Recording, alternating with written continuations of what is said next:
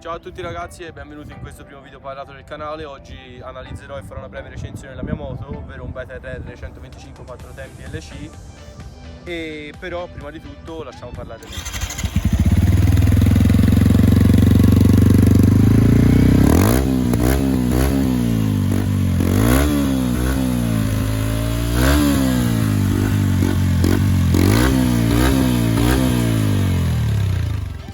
La moto ha un motore monocilindrico a fasatura variabile 4 tempi, raffreddato a liquido con circolazione forzata e una cilindrata di 125 cm3.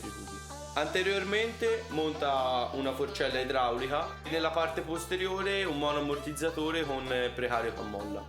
Come freni monta originali Beta con un disco da 260 mm davanti e uno da 220 dietro.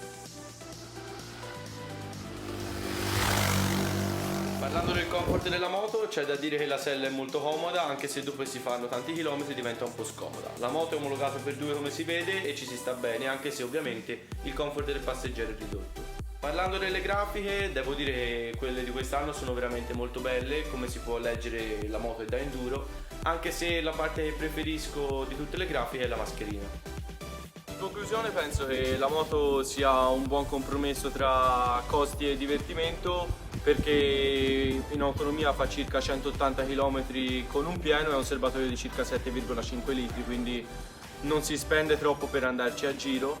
E inoltre, come potete vedere, la moto non monta le sue gomme originali da enduro ma monta delle semitassellate, perché io faccio prevalentemente un uso stradale, anche se queste gomme, devo dire, quella davanti è un po' liscia, però quella dietro è una semitassellata pura e ci si può infilare anche nelle strade bianche senza problemi e la moto tiene.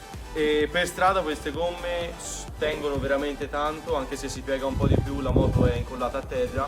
E la marca delle gomme è Atlas e se vi interessa vi lascio il link in descrizione. E se vi è piaciuto il video lasciate un mi piace e per rimanere aggiornati, presto ci saranno tante novità, iscrivetevi al canale. Ciao!